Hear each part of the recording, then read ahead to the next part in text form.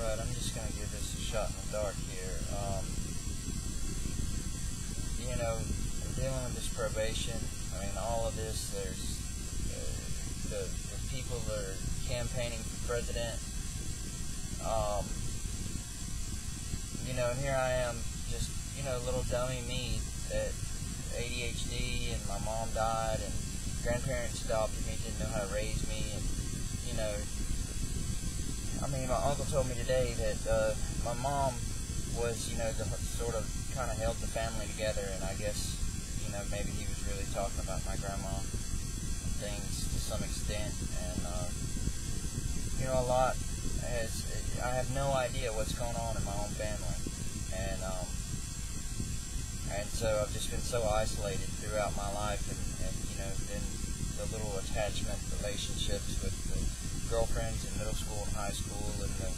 you know, probably pity girlfriends, who knows what, I don't know, a lot of poverty, and, you know, getting mixed up with smoking weed for, you know, when I was 17, and da-da-da, you know, no hard drugs or anything, but then, you know, basically in middle school I got started doing Nintendo, playing Nintendo all the time. Hey, yeah, that's fun. And the point is, you know, it was throwing my life away. I had no idea what I was doing, and to injure myself by not developing the things that would give me stability in my future. So here I am on probation, and I got these people, you know, just, you know, I'm nothing to this local mental health center. I mean, I look at on a non-profit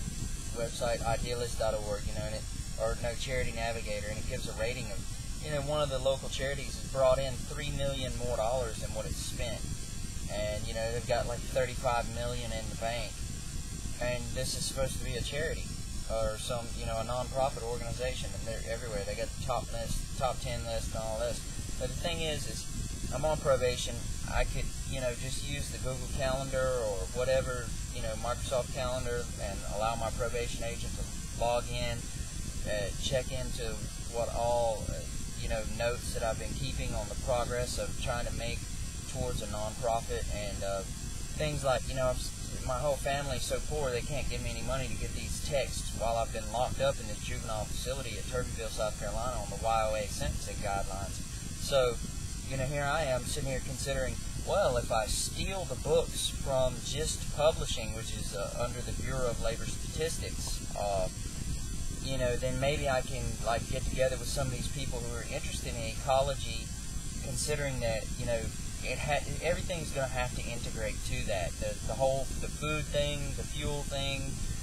the overpopulation, education is, you know, a big challenge. The rich people don't want to retool their whole existence, their social networking, their whatever it is,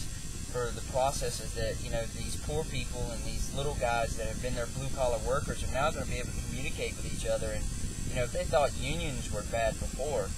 you know, this is just, you know, the whole thing, like, where, you know, it's all about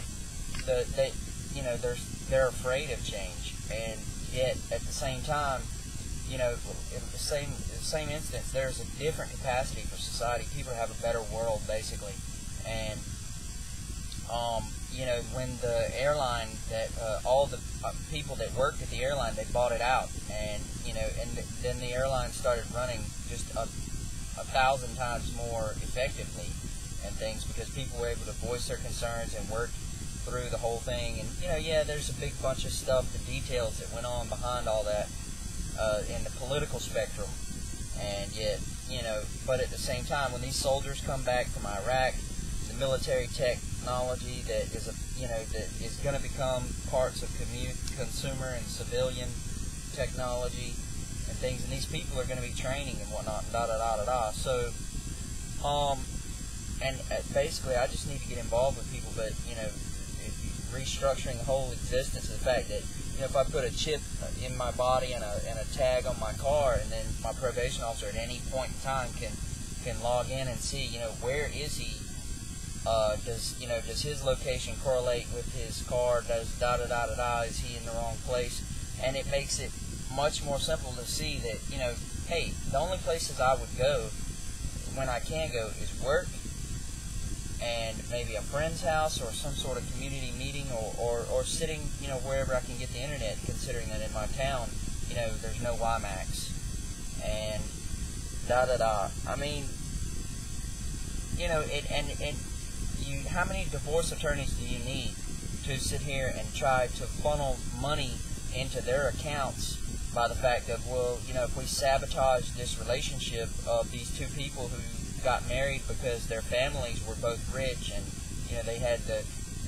knew they would be able to invest, you know, $1 million in their child's franchise operation, that they got their fake paper diploma education from, you know, the Navy's online education system, which was developed, you know, satellites and things because the teachers didn't want to stay on the ships and whatnot, and encryption and, you know, communications and around the world and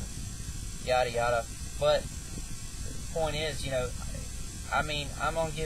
probation for giving this girl beer, and I would never do that again. I mean, I don't want to use drugs because, for the simple fact that, you know,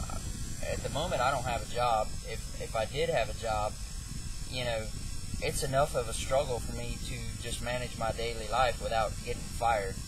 So, you know, and hanging out with people who want to use drugs and da-da-da is not going to put, you know, this, say, for instance, a 7-year organization working on, you know, elderly care, community issues, and volunteer training, you know, and youth education. All this stuff is only going to last for about 7 years. We'll get it figured out, start working on it, and, you know, and then my role in it will become insignificant, and I'll need to go into something else. But in the meantime, hopefully I will have educated myself well enough, and, you know, so forth. And I don't want to take up too much time here, because this takes time for me to explain this. But somebody, you know, I have no way to communicate because I don't know people in town and things like that. So I'm just gonna have to try to get involved with some people locally and let them see, you know, hey, I'm trying to do the right thing, and I'm not a bad guy, and I don't need to be in prison again. You know, there's that space could be occupied by somebody who is just, you know, actually deviant or out of control or intentionally criminal behavior. Whereas my, you know, I trust me, the prison experience that I've had has deterred me, and I need no further prison experience to deter me from whatever. But yet, you know, in the economy, there's no jobs, I have no education, a criminal record. The people that I go and I put in my application, they say, well, oh, this guy's criminal, I've got 50 more, you know, that have experience and don't have a criminal record that would not be a significant liability as such, furthermore,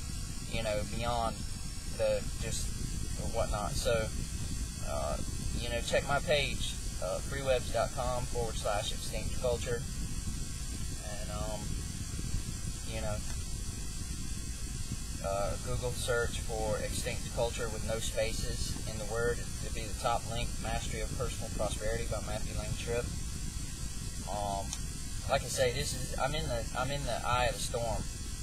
and this probation thing is just going to be more and more nasty, because I'm trying to validate the fact that, you know, hey, I'm a good person and I don't want to do anything wrong, but yet, you know, they want me to shut up because,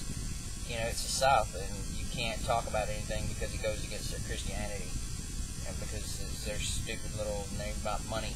you know, to back it up with.